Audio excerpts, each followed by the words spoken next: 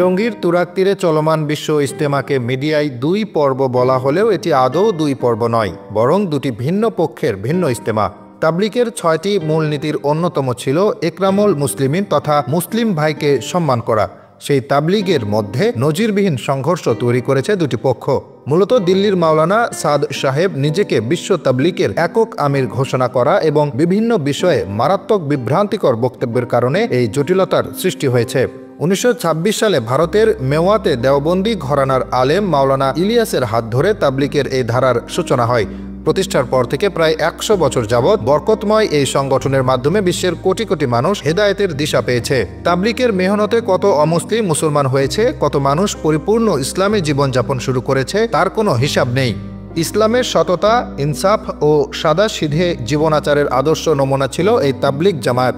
এটি ছিল একমাত্র সংগঠন যাদের ব্যাপারে বিএনপি, আওয়ামী লীগ, জামায়াত, জাতীয় পার্টি দলমত নির্বিশেষে দেশের সমস্ত মানুষ যাদেরকে ভালোবাসত। বিশেষ করে বাংলাদেশের বিশ্ব ইজতেমা হজের পর পৃথিবীর মুসলিমদের বৃহত্তম জামায়াত, যার মধ্য দিয়ে বিশ্ব দরবারে বাংলাদেশের ভাবমূর্তিও উজ্জ্বল হয়েছিল। সমস্যার উৎপত্তি ২০১৪ সালে তাবলিগের শীর্ষ মুরব্বী দিল্লির মাওলানা জুবায়েরুল হাসানের ইন্তিকালের পর থেকে। তখন মাওলানা সাদ সাহেব অনেকটা প্রধান মুরব্বীর ভূমিকায় অবতীর্ণ হন এবং একের পর এক বিভ্রান্তিকর বক্তব্য দিতে শুরু করেন, যার মধ্যে অন্যতম হচ্ছে ক্যামেরা মোবাইল পকেটে নিলে নামাজ হবে না। যে আলেমগণ ক্যামেরাওয়ালা মোবাইল রাখা যায় বলেন, খোদার কসম তারা গাধা গাধা গাধা। শুধু তাবলিগই নবীদের কাজ, এছাড়া দিনের যত কাজ আছে, অর্থাৎ দিনে ইলম শেখা, শেখানো, আত্মশুদ্ধি, কিতাবাদি রচনা করা, কোনোটাই নবুয়তের কাজ নয়। তর্জমা না জেনে কোরআন তিলাওয়াত করলে সওয়াব তো হবেই না, উল্টা গুনাহ হবে। যেসব আলেম মাদ্রাসা মসজিদে পড়িয়ে বেতন নেন, তাদের বেতন বেশ্যার উপার্জনের চেয়েও খারাপ। বেশ্যারাও তাদের আগে জান্নাতে যাবে। এই ধরনের ভয়ানক বক্তব্যের কারণে উপমহাদেশীয় মুসলিমদের শীর্ষতম ধর্মীয় কেন্দ্র দারুল উলুম দেওবন্দ থেকে মাওলানা সাদ সাহেবের বক্তব্যকে ভ্রান্ত বলে ফতোয়া দেওয়া হয় এবং তাকে এগুলো প্রত্যাহার করার আহ্বান জানানো হয়। সমস্যার আরেকটি কারণ হচ্ছে তাবলিগ মূলত পরামর্শ বা মাসারা ভিত্তিক একটি জামায়াত হলেও মাওলানা সাদ সাহেব নিজেই নিজেকে আমির ঘোষণা করে বসেন। একদিকে বিভ্রান্তিকর বক্তব্য, অপরদিকে নিজেকে আমির ঘোষণা করার দ্বারা বরকতময় এই জামায়াতের মধ্যে নজিরবিহীন অস্থিরতা সৃষ্টি হয়। সে সময় হটকারিতা ছেড়ে মূলধারায় ফিরে আসার জন্য ভারত, পাকিস্তান এবং বাংলাদেশের শীর্ষ ওলামা একরাম মাওলানা সাদ সাহেবকে একাধিকবার মৌখিক এবং লিখিতভাবে আহ্বান জানালেও তিনি তাতে কর্ণপাত না করায় পরিস্থিতি চূড়ান্ত আকার ধারণ করে।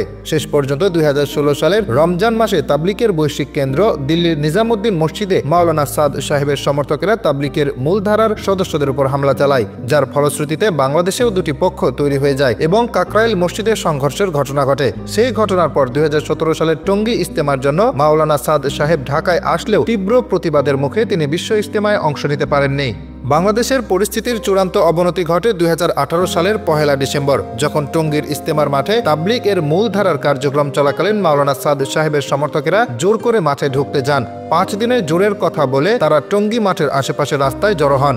এক পর্যায়ে বাটা গেট ভেঙে ভিতরে অবস্থানরত তাবলিগের মূলধারার সাথী এবং মাদ্রাসার ছাত্রদের উপর তারা লাঠি সোঁটা নিয়ে চড়াও হয়। এতে উভয় পক্ষের সংঘর্ষ বেঁধে যায়। সেদিন একজন ইন্তেকাল করার পাশাপাশি কমপক্ষে ১৫০ শতাধিক মানুষ আহত হয়েছিলেন। এরপর থেকে বাংলাদেশ এবং ভারতে উভয় পক্ষের ইজতেমা থেকে শুরু করে পুরো তাবলিগের কার্যক্রম সম্পূর্ণ পৃথকভাবেই চলছে। যদিও মাওলানা সাদ সাহেব ব্যতি রেখে অন্যান্য শীর্ষ মুরব্বীদের তত্ত্বাবধানে মূলধারার তাবলিগি কার্যক্রম যথাযথভাবেই পরিচালিত হচ্ছে। এই অংশের বিশ্ব ইজতেমা এবং জোর সহ নিয়মতান্ত্রিক যেসব জামায়াত বের হয়, সেসব জায়গা সব সময় লোকে লোকারণ্য হয়ে থাকে। বিশ্বের অনেক দেশের হাজার হাজার মেহমান এসব ইজতেমায় শরিক হন। মাওলানা সাদ সাহেব যদি দারুল উলুম দেওবন্দে নির্দেশিত তার চরম বিভ্রান্তিকর বক্তব্য প্রত্যাহার করেন এবং নিজেকে একক আমির ঘোষণা থেকে সরে আসেন, তাহলে হয়তো মিল মোহাব্বতের সেই তাবলিগকে আবার একসাথে এক কাতারে দেখা যাবে।